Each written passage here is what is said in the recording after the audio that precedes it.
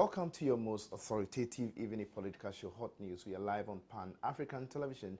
We're also live on Facebook at Pan-African Television. Those of you watching us on Facebook can share the Facebook Live for other people to get an opportunity to watch tonight's edition of the program. You can also join us on YouTube at Pan-African Television. Tonight on Hot News, we are discussing the Media Fiscal Policy Review of the 2021 budget statement in economic policy of the government of Ghana, presented by the Finance Minister Ken Ofori-Atta in Parliament on Thursday, July 29, 2021.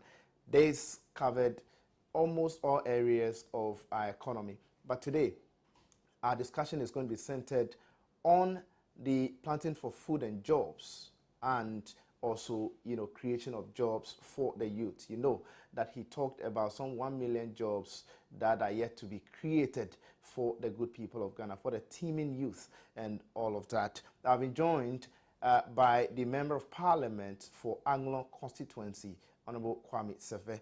Honorable, good evening, sorry. Good evening. That's supposed to be, evening. Yes. Now, tell us your general overview. I mean, what do you think of the budget statement presented by the Finance Minister, Ken Ofori-Atta, before we delve into the specifics? Okay. I would like to seize the opportunity to thank you for the opportunity once again. Right. And to thank my honorable members from Anglo constituency for the confidence reposed in me. Right. To be their MP. Not just an MP, but a very viable and a serious one that will speak for Anglo. Right. Yes. Actually, what the Finance Minister came to present the other time, that was last week, Thursday. Yeah. According to him, it's not a budget statement. It's called the mid-year budget review, for which, understandably, if there are other things, let's say some inflows that we are not expecting, but we chance on them, then he has to come for a permission to use those funds, or if there are some challenges, he will use the opportunity to put them before the House for consideration. Right. So it's based on that he came before the House and lay those issues bare. It's not different from the usual rhetorics and the other usual things we have been hearing, creation of jobs and what have you, that the economy is doing well and a whole lot. But if you expose this to a street proof, you hear them again saying, because of COVID-19. Right. So it's like, it favors one way or the other, that they say, they are doing well. But if it is the other way around and you are talking about it, that they say, what you are saying is as a result of the COVID. So nobody knows where to stand. Isn't it true that we have been faced with a pandemic which has, adversely, affected the economy? And so, in one breath, if that is being used as an excuse, it should be understandable. Surely, if we were to be having a transparent form of governance, we have to agree with them wholly. But as I was saying, even before the coming of the COVID, right, that is up to 2019, if you look at the economics statistics, it shows that the economy wasn't doing well. Even some of us are of the view that it could have gone worse if not the coming of the COVID. Because the coming of the COVID, in a way, allowed the International Monetary Fund, that when we went there, they said, it's an evil. But surprisingly, these people gave them $1 billion, and they use a stabilization fund and a whole lot. You know, those stabilization fund and those things, by law, are not supposed to be used because it is assumed that the time will come, our children will have to fall on some of those things and what have you. But because of the COVID, everybody saw reason with the government that, oh, you can fall on this. You can go out and get some money to do. But, my friend, the question is, how many people have enjoyed that sort of booty? I'm coming from a local area. Right. My people, how many people that I can say enjoyed? In Greater Accra here, the same people enjoyed free meals and what have you. And if you go through the books, the amount they quoted is just too much. So, in one way or the other, I would say, in fairness, the COVID had a toll on the economy. But because of our opaque nature, our inability to explain to Ghanaians the actual trauma of the economy, has made a lot of people not to believe whatever somebody from the government side will be telling the populace in Ghana. That is our headache. And the statistics show that before the coming of the COVID-19, the economy was going down heavily. Right. So now here we are, just a year. If you say the COVID-19 has a very great toll on before any seal of government, the national debt was around 130 billion Ghana cedis. Before we left office, our cedi to dollar ratio was around 1 Ghana to 4 Ghana 20 pesos. Very well. But where are we now? So if Ghana will suffer any form of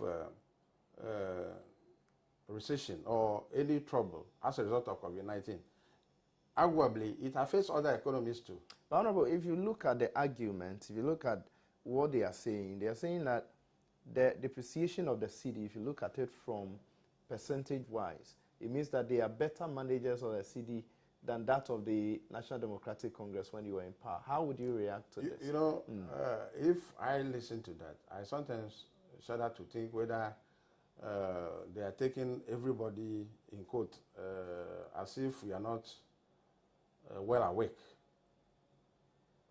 Simple reasoning. We have to support whatever we are doing. You know, MPP, you can play with them all. Because for all you know, when you are channeling discourse, they will use their minds to go through that and likely to look at other issues. When it comes to the management of the economy, in one way or the other, one side, they will say, oh, they will quote the dollar. On the other hand, then they will quote the cedi. Meanwhile, the index should have been equal in all the grounds. My brother, if you were given, let's say, 1 Ghana cedi, if tomorrow somebody adds 50 pesos to it, it means your 1 Ghana cedi has grown in terms of percentage 50%. Right. You understand? If another 1 cedi is added to it, it has grown by 100%. Exactly. Okay, let's assume that the second scenario is where you are given 100 Ghana cedis. 100 Ghana cedis could buy, let's say, 20 or 15 kg rice. Then the following day, somebody gives you 50 Ghana cedis in addition. Is it not 50%? Exactly. So the 50 Ghana cedis and 50 pesos, are they not 50%? But the value and the quantum varies. I don't know whether you are following me. I'm following, yeah. Yes. So that is a trickery these MVP guys have been working on the psyche of Ghanaians. Right. That in one strand they say, oh, in terms of percentage growth or in terms of percentage, they are good managers of the economy as far as inflation is concerned. But they have forgotten that something which was around 4.2, now it's around 6 Ghana cedis. If you look at the difference, the differential is about 1.8 Ghana cedis. So you are coming to tell us that by 1 Ghana 80 pesos, which you have increased, in terms of percentage, is going to be, in terms of annual percentage, is smaller in unit. I don't think we are fair to Honorable, you recall that to support this argument, Vice President Dr. Mahmoud Bawumia spoke somewhere and said, some time ago, he told the NDC in government that if you do politics with the economy, it is the exchange rate that exposes you. Now, in their time, he says that the fact that the exchange rate is depreciating, the CD is depreciating against the dollar, doesn't mean that the economy is weak.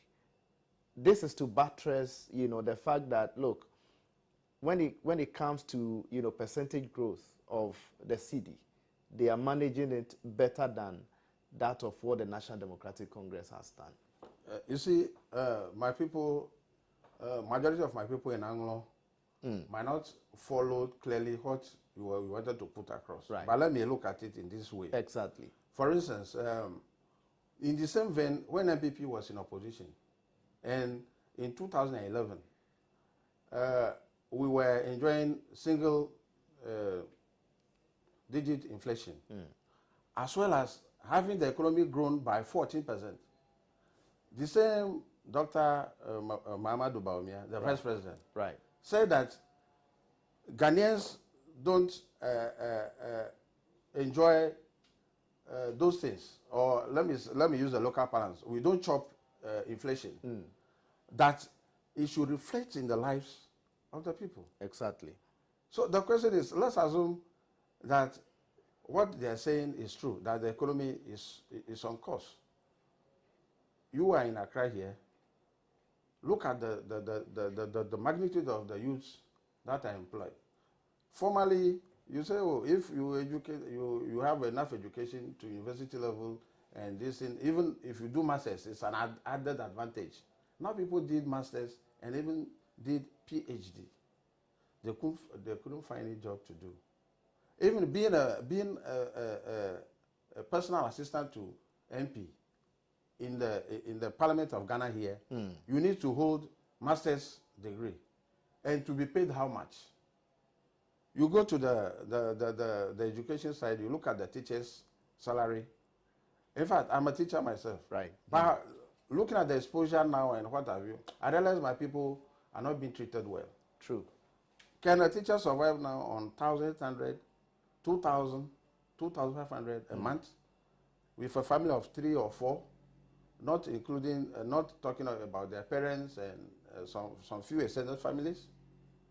So can we say authoritatively that currently what we are enjoying in Ghana in terms of the economics and the livelihood of the people is better than what we have enjoyed in the past, for that matter, under NDC?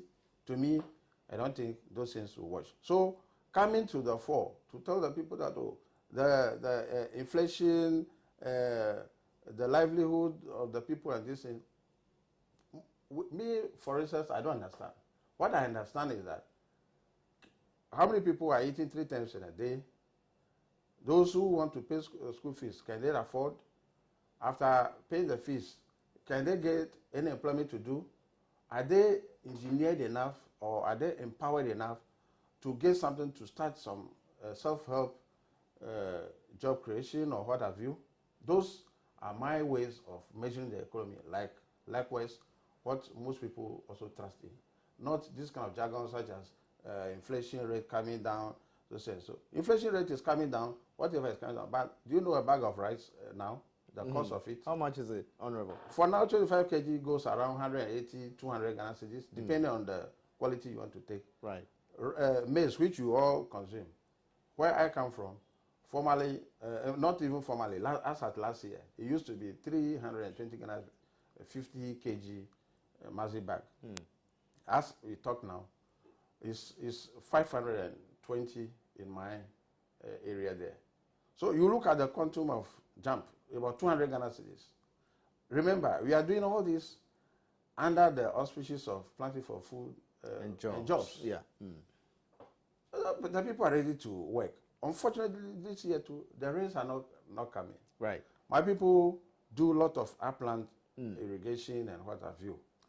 In fact, I want us to look at the agricultural sector with a focus on planting for food and jobs because of your area and the fact that the people over there are predominantly farmers and all of that.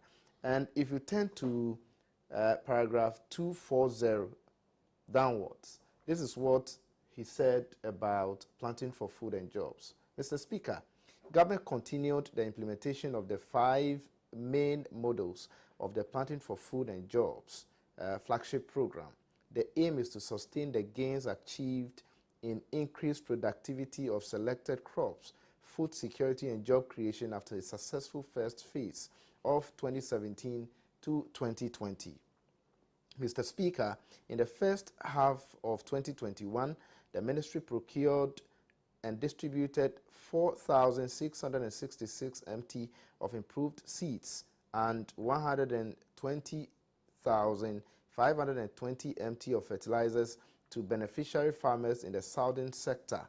The low distribution of seeds is partly due to the late start of rains in the southern sector. In the second half of 2021, the ministry will distribute additional 35,349 MT of improved seeds and 405,408 MT of fertilizers to 1.5 million beneficiary farmers across the country. This is expected to contribute to an estimated production volume of 3.6 million MT of maize, 1.1 million MT of rice, 232,600 MT of soya beans, 67,500 MT of sorghum, 12,500 MT of cowpea, and 10,000 MT of granules. This is what the finance minister said about the planting for food and jobs and the fact that some seedlings and fertilizers have been distributed from 2017 to 2020. Your constituency, predominantly the people over there are farmers. Do you have an idea of, this as indicated by the finance minister? I would like to thank you very much for the question. It's true that from 2017, even before then, let me be frank with you, before then, under the NDC government, we came up with a program or a project called block farming, where the farmers are grouped into 20s, 10, 30s, and what have you. And we're given the fertilizers, the seedlings, the seeds, and what have you for the 3-month period. Then, based on that, they quickly go into farming and pay back after harvesting. Then came change of government, and here we are. I must be frank with you that in 2017, 18, and 19, the fertilizers were brought, some seeds were also brought, and we paid, and government takes part of the subsidy to pay on behalf of farmers. Is it both the seedlings and that of the fertilizers? The seed and the fertilizer. Right. But unfortunately, this year, we couldn't have, even the minister himself made mention of that, if you could remember. He said the fertilizers were not in the system because government didn't pay the suppliers. Right. So the suppliers are saying 2019, 2020, they've not been paid the subsidy component that the government was supposed to pay to them. So based on that, they find it very difficult to go and bring the fertilizer for us to use. Arguably, in my constituency, throughout the country, we consume the highest in terms of fertilizer. We use the cow dung, and few other organic fertilizers. But here we are. Those things are no more coming. We have the money to buy. We don't have anything to fall on. As we can, you could hear from the north too, they are suffering the same thing, non-availability of some of these things. So those challenges are there. So for now, they might have started very well, but because of their inability to manage the economy very well, this one too has failed them. So nothing is working in terms of planting for food and jobs. Those are some of the challenges we are having. But we are told that this initiative has provided jobs to over 750,000 people, the very first phase of the project. At the point, the Agri Minister came to tell Ghanaians that we've had enough to understand that, plantain was being sold on the market as low as 2 cedis and 3 cedis and all of that. You see, my brother, sometimes when I was with my people, right, we sit in our various communities and think that, oh, some of the things that the government officials say were true. But if you came to the areas where those issues were being mentioned specifically, right, you realize that the people, in one way or the other, were not happy with some of those comments. Because we are the people who are right there. Myself, I'm a farmer too. Right. We know whether what he's saying is true or not. Those things were just political talks. Unfortunately, most of us Ghanaians, we fall for these some of us the politics of the day, especially if it comes to voting era.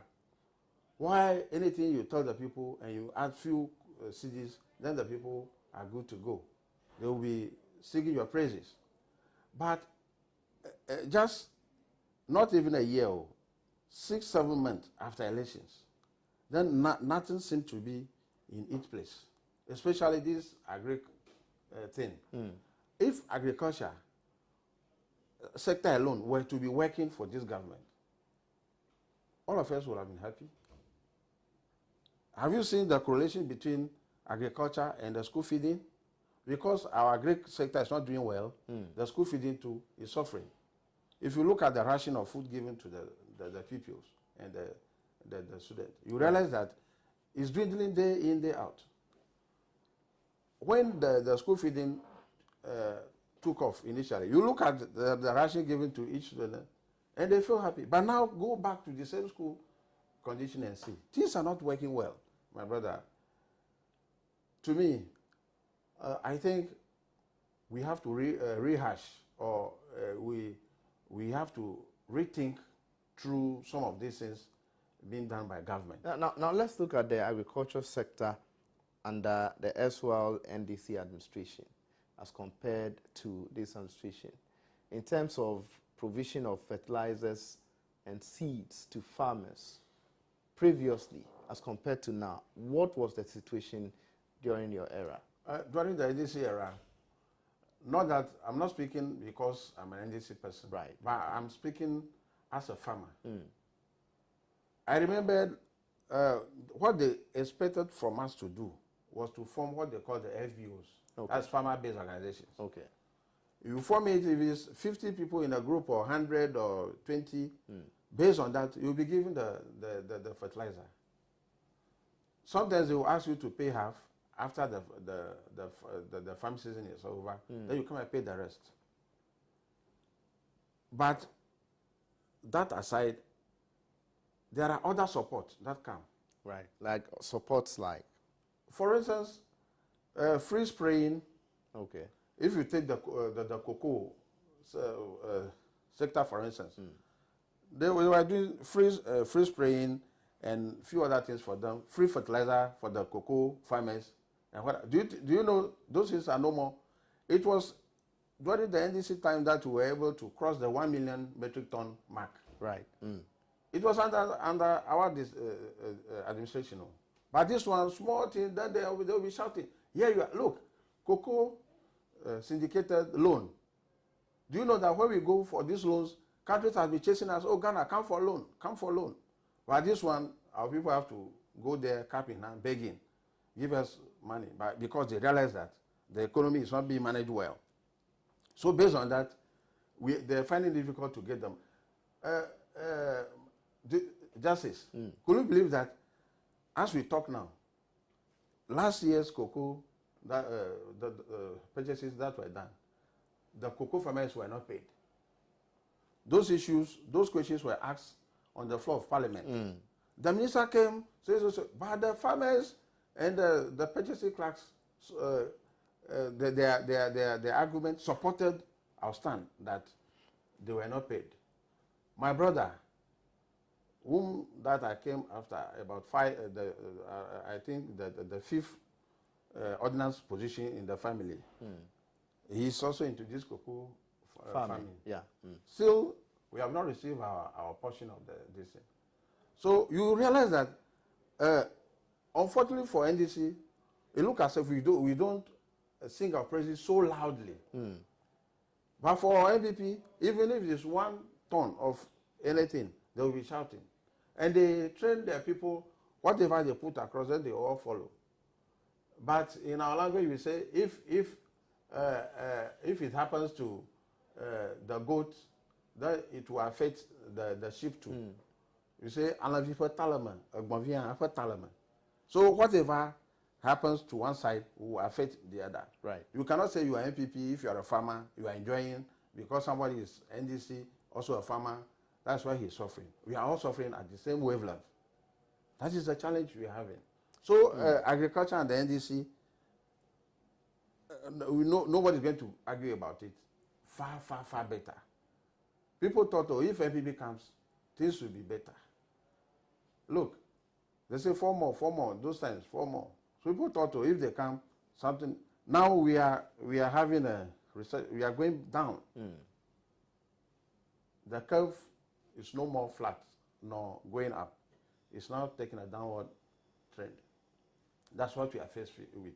I can promise you, by next year, this time, right, a bag of rice, 25 kg, will go well over 200 something Ghana cedis. And maize, we are likely to go over. This is the first time Gari has gone beyond 10 Ghana cedis.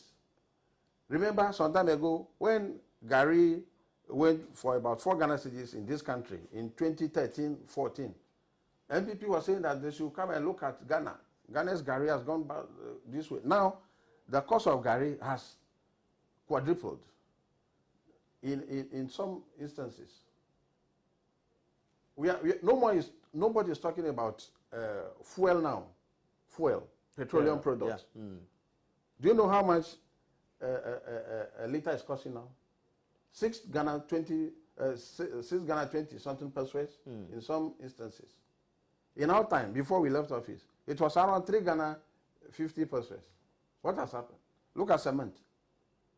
Cement before we left office was around 22 Ghana, 23 Ghana, 24, depending on where you are in the country. But here we are, it's around 48, 50, 52, 54.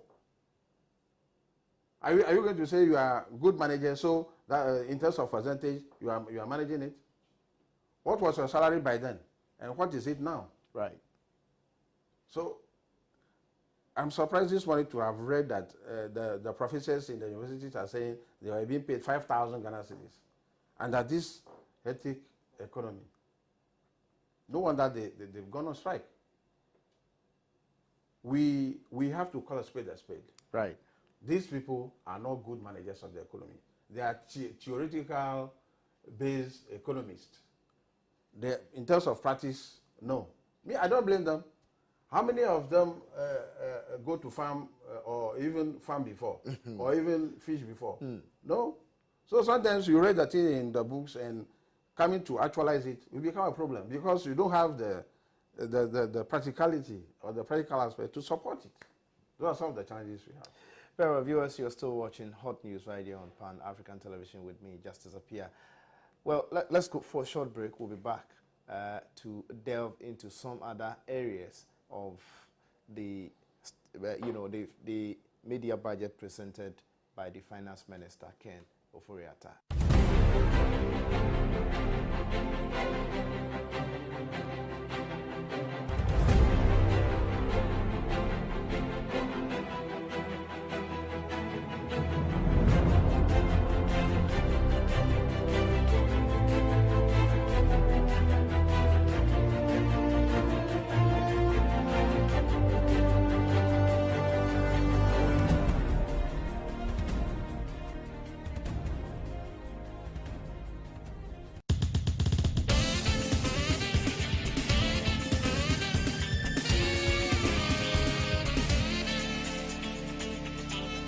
This used to happen to me some time past.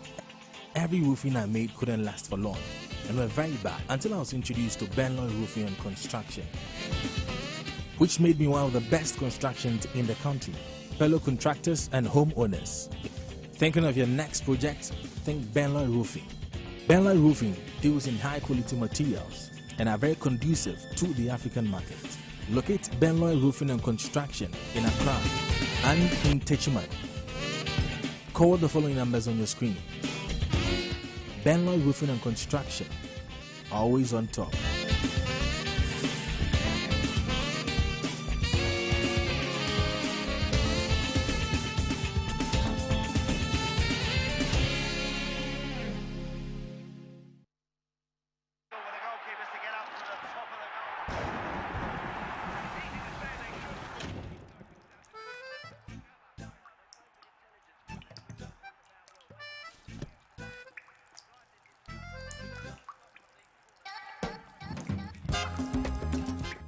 This used to happen to me some time past.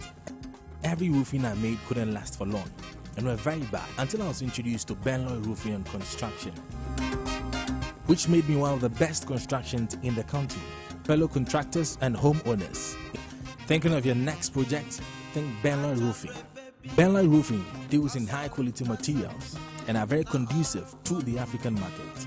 Locate Benloy Roofing and Construction in Accra and in Techiman. Call the following numbers on your screen. Benloy Roofing and Construction, always on top.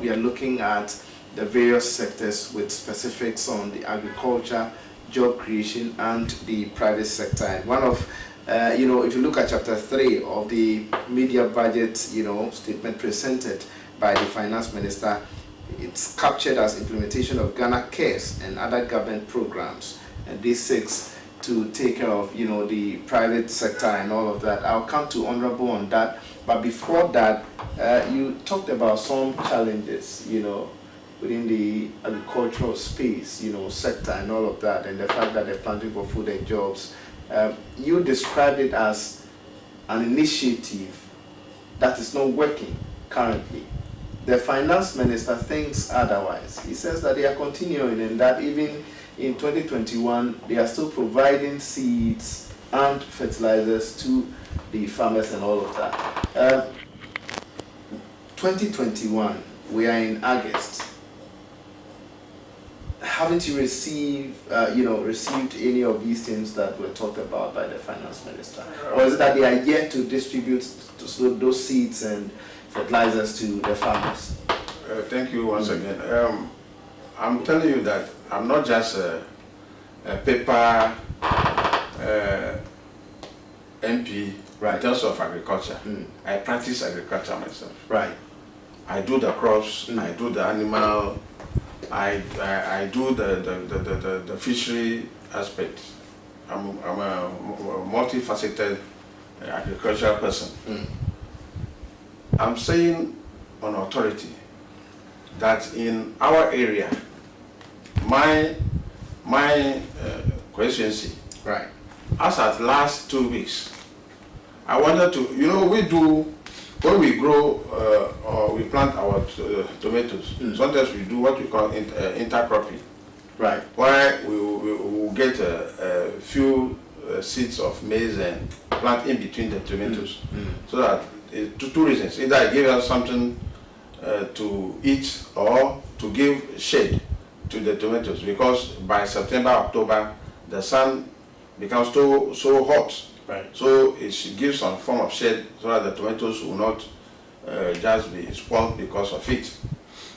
When I called the agric director, he said, Honorable, we don't have the seeds now. So the question you pose is, when is the seed coming? As at last 2 weeks, we look for urea type of fertilizer to apply. Right. We don't have the fertilizer. On government, they said the urea should go for 45 Ghana cedis and the NPK 48. But we've not gotten. Then some people who, out of the blue gold few ones, shot the price to 65 Ghana cedis.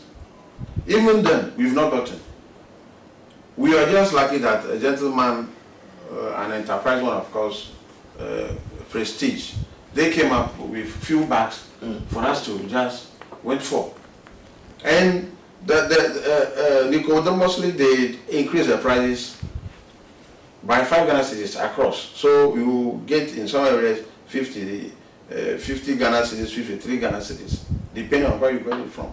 And some still are selling the urea for 65 Ghana cedis. And I'm saying that this is the first of its kind. In my area of jurisdiction, we have what we call all year round farming.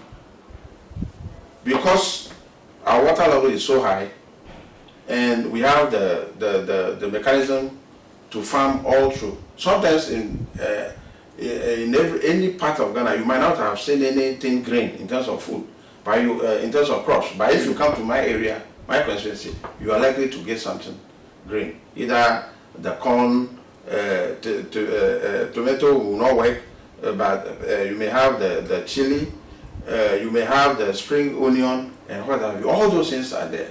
It's only in an annual constituency you can find those things. But we were thinking that the government will support us even during the lean season. That will be okay. But that one too never favored us.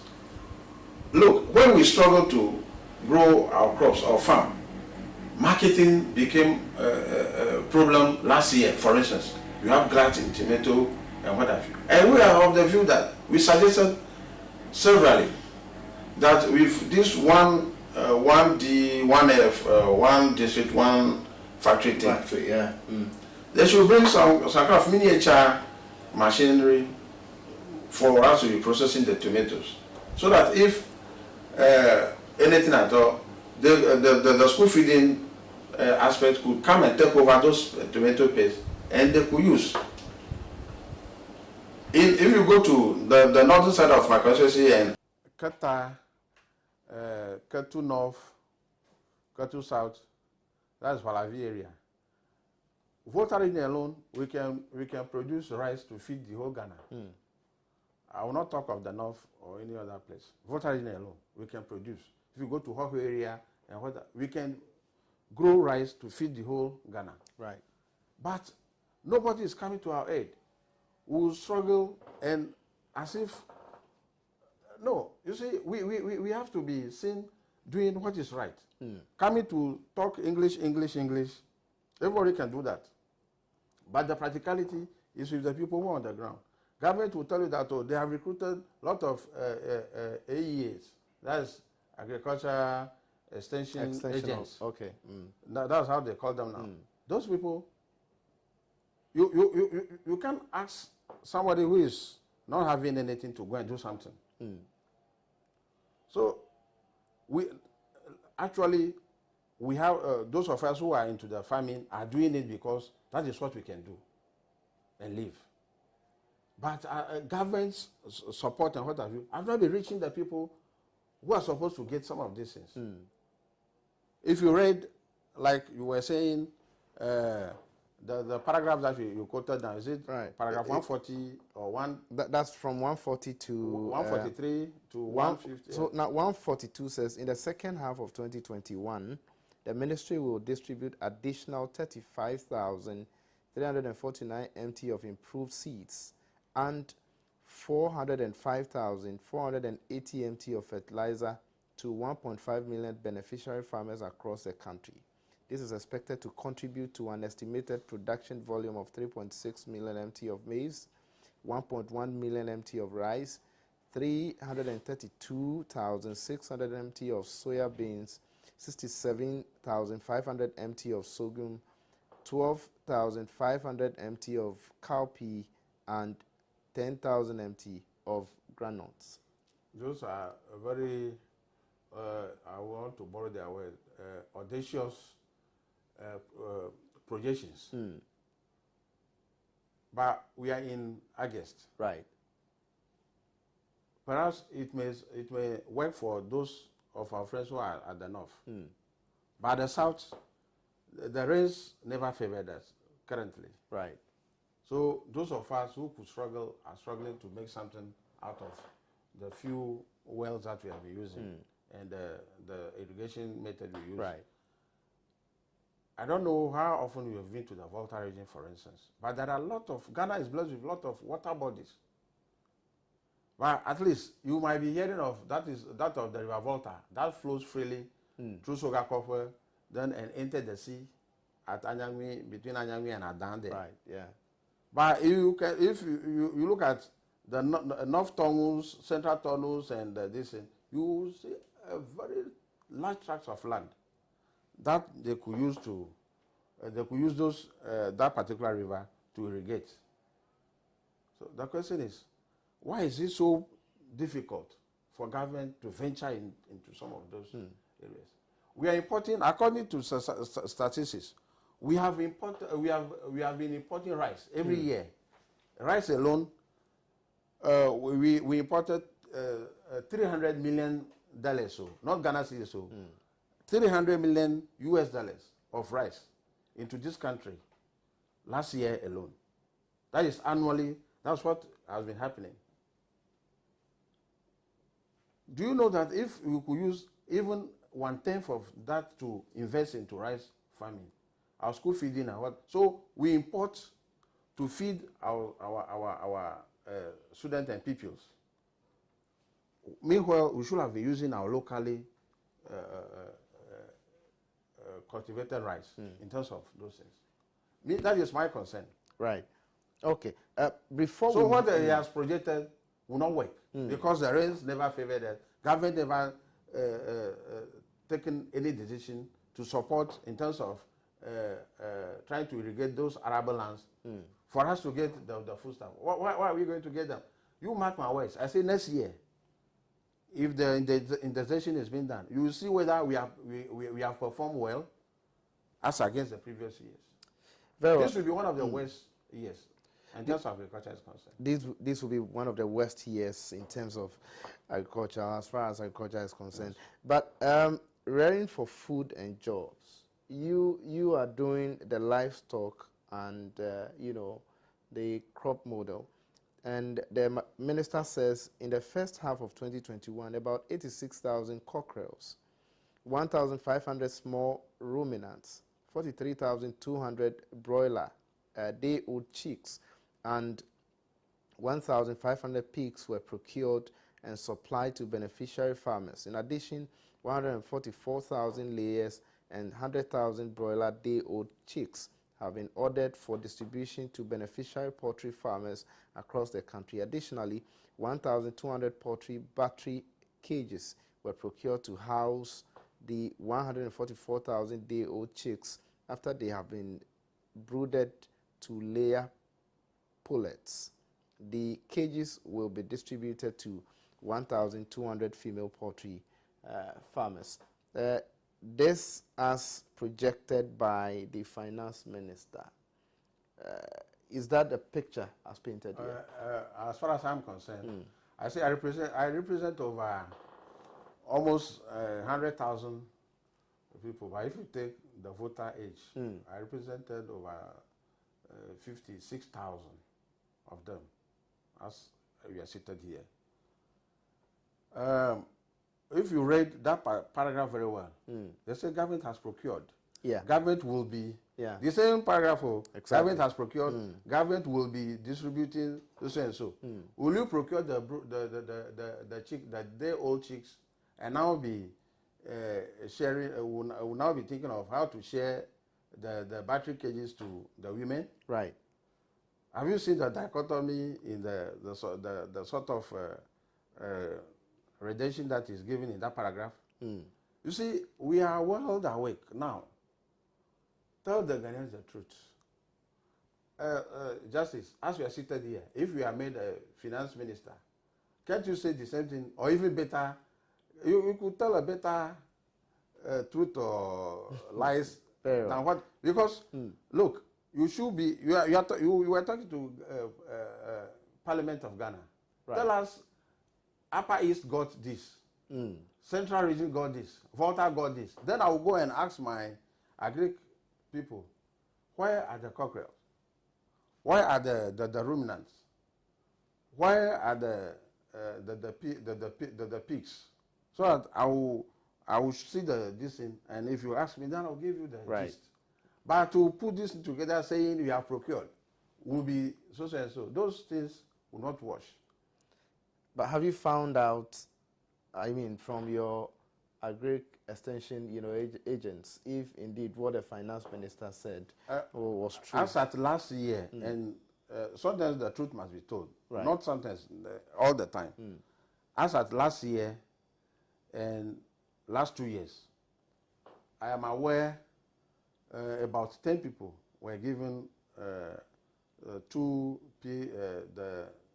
the boar and the female pigs. 2 people? Yeah, no, 10. They will 10, give you 2 against 1, so that you this year. As at this year, nothing of the sort has happened. As far as I am concerned. So sometimes because he say will be done, I'm yet to see. Unfortunately, to some of these things, they may look very nice and good, but they don't reach the correct people, in quote. If I say correct, it means the target group that are supposed to receive this. They don't receive. A few people will receive. It will be given on party lines. Right. That is the problem. Sometimes the person who is receiving might not be in need. So the powers are vested in him to decide whoever will be doing A or B. So fine, 1 or 2 people might be enjoying somewhere, but the real people who must tell us that government has done this, so we are not seeing that. All right, now let's move to the Ghana Cares Obatampa program, as announced by the Finance Minister Ken Ofori-Atta. And he says, with every crisis, the need to restructure and diversify the economy becomes imperative. The recent experience of the COVID-19 pandemic, with its disruptive impact on global and regional value chains, has once again highlighted the need to build a transformed Ghana that is prosperous enough to be beyond needing aid, and that engages competitively with the rest of the world through trade and investment. The severe economic consequences of this pandemic is widely known. Even as we prioritized the immediate health and safety of Ghanaians, government focus was on our economic recovery. We did this knowing that a robust and sustainable rebound would be critical to recapturing the lost gains and keeping our country on our path of transformation towards Ghana beyond aid. It was important for government in the midst of the crisis to think outside the box and formulate a bold strategy that was 3-pronged: stabilize the economy following the disruption, revitalize the economy, and seize the opportunity that the crisis presented to transform the structure of the economy. Let me take you to 149, which says, Mr. Speaker, under the transformation, we envisage government will support the private sector to accelerate industrialization, deepen our competitive import substitution drive, and to leverage digitization to raise productivity and create jobs. Government would also create the needed financial ecosystem to provide long-term and sustainable funding for our businesses, as well as retaining those who have lost jobs as a result of the pandemic. Our approach puts a premium on workers and businesses using their skills and innovation in new ways in a commercial environment that is increasingly regionally integrated. Mr. Speaker, it is precisely for this reason that in November 2020, government working together with the private sector and a wide range of stakeholders, designed and launched the audacious 100 billion Ghana cedis COVID-19 alleviation and revitalization of enterprises support Ghana Cares or Bantapa program. Now, Honorable, what do you make of this? My brother, you see, it's a collection of words meaning or having no effect, as far as I'm concerned. Oh, you see, it's a collection of words having no effect. Yes. I mean, what are you trying to say? You mean that, my brother, this is a sham? This is something that government is unable to do? Have you ever read NPP's 2017, 2018, 19 budget? Right. When you read, it's the same. They coined the same word. NPP said they have created jobs. They have done that. They have done A, B, C, D.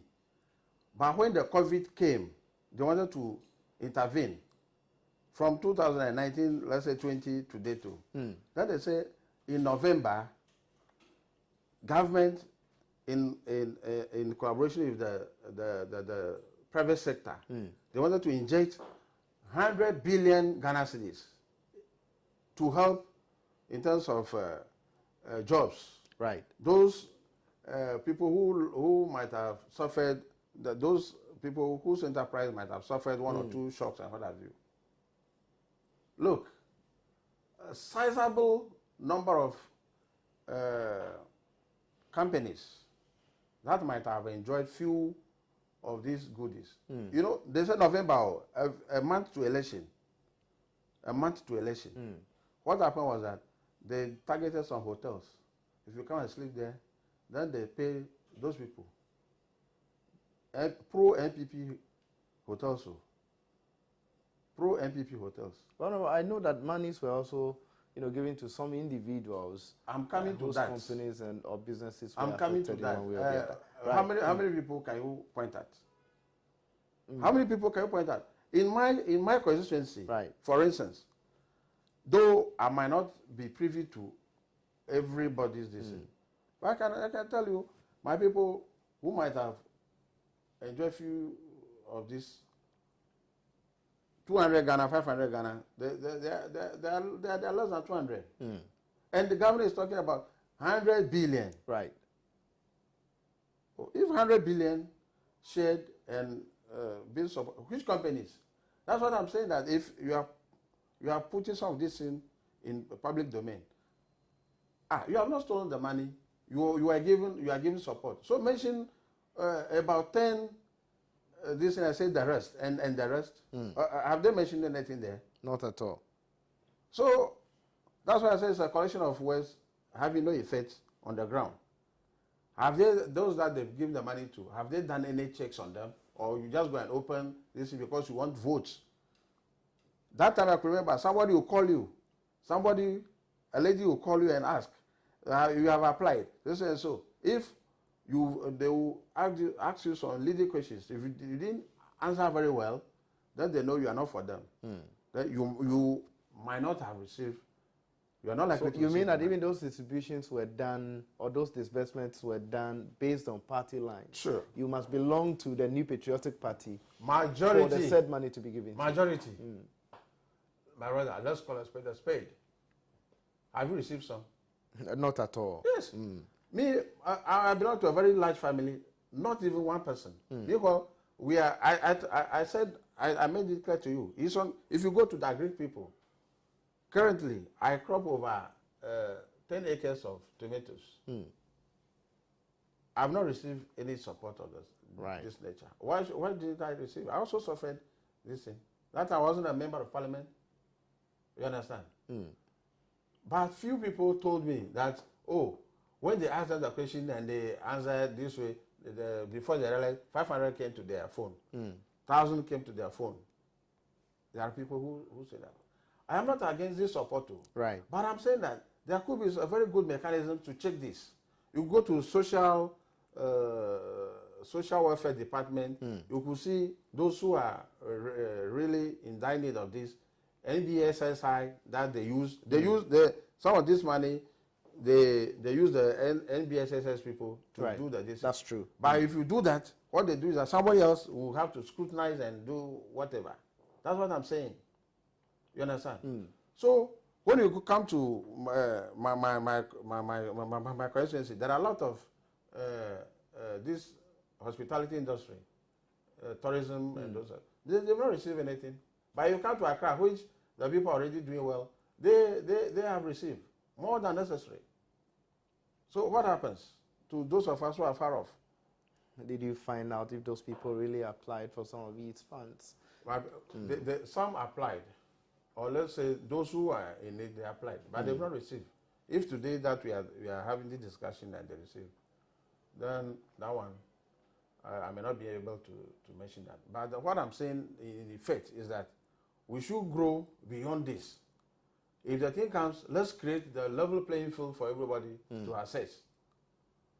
Who and who will be there to say that, oh, what you have brought is good. Can we give it to you? You understand? When you go youth employment agency in all the districts, right? You see how, if vis-a-vis the budget that we approved for them, you can see how they all went beyond the budget line in 2020 because of election.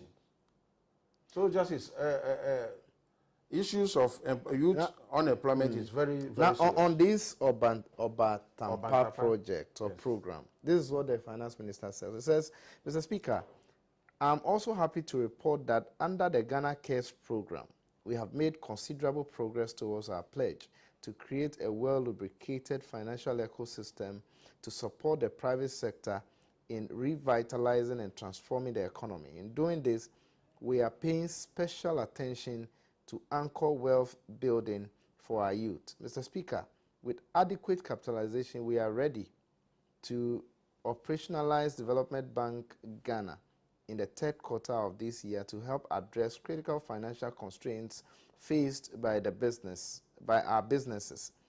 DBG will mobilize funds from both the domestic and international market to support the private sector to invest in a medium to long-term basis. DBG will thus unlock long-term financing for actors in the manufacturing, agriculture, agro-processing, mortgage, and housing subsectors to propel economic growth, create jobs, and improve domestic revenue mobilization. These are the projections for the Obatampa, program, and also some strides the finance minister thinks. One aspect you have left out was the youth bank. Very well. Youth bank. Right. You see, my brother, you see, I don't know. You people are in Accra and following some of these things. Right. I don't believe in some of those things. I believe in action. I believe in action. That's why I say it's even being a paper minister or what have you, to doing something on the field yourself. Are you you've not been able to support the youths, right? Or you claim you have supported the youth in cahoot with the private sector. You understand? By trying to make them fluid by giving them 100 billion Ghana cedis, isn't it? Which bank did they use? Have they seen any problem with the bank use or the medium use? Why are they now going to create youth bank before the youth who are creative wanted to go into private sectorship, who will now have access to money? Who will be the bank manager? Is it a youth? Who will be the bank manager? Why didn't you use the existing banks? So have you seen another thing coming into play? Yeah. So you tell some of these things because they say there is youth unemployment. If you say this, then the youth will be very happy. Oh, this government is caring. That's why they call it the Obadapa, the English name, the acronym used was CARE. Yeah. CARES. CARES. That's why they wanted to use that. Now let's look at youth unemployment. Finally, before we wrap up, I think that we have some few minutes to go. And the finance minister says Mr. Speaker, unemployment continues to be a very key challenge to the national development agenda. A significant proportion of the labor force, particularly the youth, is faced with the challenge of not finding jobs within the labor market. The Ghana Living Standard Service Round 7 2019, GLSS 7 of the Ghana Statistical Service, GSS, estimates that the overall unemployment rate for the country is 8.4%, whereas the youth unemployment rate is 15 to 35 years is 12.6%. Mr. Speaker, government has been implementing programs and strategies to address the problem. These include the National Youth Employment Program, which metamorphosed into the current Youth Employment Agency, YEA, Nation Builders Corps, NAPCO, National Entrepreneurship and Innovation Program, NEP, Microfinance and Small Loans Center, MASLOC, Planting for Food and Jobs, PFJ program, among others. In addition to these active labor market policies and interventions, government has also implemented some economic transformation and industrialization policies aimed at stimulating the economy and creating the enabling environment for enterprises to thrive. In terms of job creation, this is what the finance minister had to say. In fact, the MPP, as part of the achievements, have been talking about the fact that NAPCO had recruited about 100,000 people, Planting for Food and Jobs. Over 750,000 people were, recruited under the policy. They have acknowledged that yes, youth unemployment or unemployment situations in the country is a major problem, but they have achieved or chalked some successes in terms of job creation and all of that, as mentioned here by the finance minister. Yeah, if you take a look at the NAPCO, NAPCO, how much do they pay them? It's not 700? Yeah, 700 cedis. 700 cedis. So, I don't want to talk of the quantum. And it's not a permanent job. Right. It's a stopgap measure. Yes. You look at the other things that they mentioned, the youth employment agency thing and what have you, planting for food and jobs. Even that one, myself seated here, I'm also a member. Those that they say, the 7 or something that they say, they have listened. Because myself and all my workers, they might have counted them as being the people, because what they did was that all those that they supply the fertilizers to, you bring your voter's ID card, then you go and pay, you take your fertilizer. So it is the aggregation of those of us who went there. That's what they put together as being given jobs. So it means that once a fertilizer and seed is given to you, you're considered. Okay, so you are considered as somebody who has benefited from the system. So therefore, you are employed. You have a job. Yes. Okay. So within that 3 months, government says you have been employed. The remaining 9 months, you might not have been employed. So that one too is not correct. Before the last year's election, they invited almost all the NAPCO employees and promised them that they are going to absorb them. Right. Have you heard that? They said they are going to. They invited them in Volta. They invited them to Ho, Greater Accra, to Accra here. Ask me whether they have employed any of them. They have not. I'm saying that at another level, I will explain to you what government should have done. Right. If NGC were to be in power, and I was given this, I was telling you that with my experience in some of these things, I can do far, far, far better than what they are doing. Me as a person, with my thought alone, right, we could do better, because when you multiply the 100,000 multiplied by 700 Ghana by 12 times the 3 years or the 4 years they are supposed to be, the NAPCO person is supposed to be there. You look at the lump sum there. Why can't we use that money? Because the people are already educated in a way. Some are university graduates, some are polytechnic graduates, and what have you. Just give them that entrepreneurial knowledge. What can they do? get them into groups. There are plenty money you are mentioning. Give them at least some 30-40%. Let them go into groups. They'll start something like this, one district, one factory thing. It should be those young people of ours who should be leading those things. So that when they come back and you send your team, your expertise to, or your experts to go around, they will come and tell you, oh, these people are doing well. Give them additional social. So these people, they needed some kind of more tuition or more propping up. Those are the things I think we should be doing. But to just be calling the figures. I, for instance, me alone here seated, I employ over 50 people who I support. So am I not doing better than the government? If I alone will employ 50, am I not doing better than government? So think about it. When that's this thing comes, another opportunity comes, we'll go into some of these details because we can't just wait and say government should do it. Right. Government alone is doing it and it's not bringing any result. So those of us who are here must support government to do this. But nobody listens to you because you are in opposition.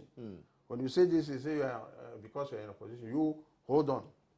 If you come to power, you will come and do your side. Oh, you mean that these are the comments sometimes they pass? Yes. Or when even you bring up a very fantastic suggestion. Yesterday, for instance, somebody was saying we should be able to learn from NPP. What we are learning is not working.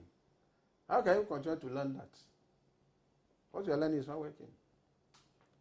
Right. Thank you so much, Honorable, for speaking to us. We are so grateful for your time on the program. But finally, before we go, how far with your initiative in the constituency? Yes, thank you very much. By the close of this month, everything being equal, will be, that is skill development. Right. Yes, we'll be signing an agreement formally.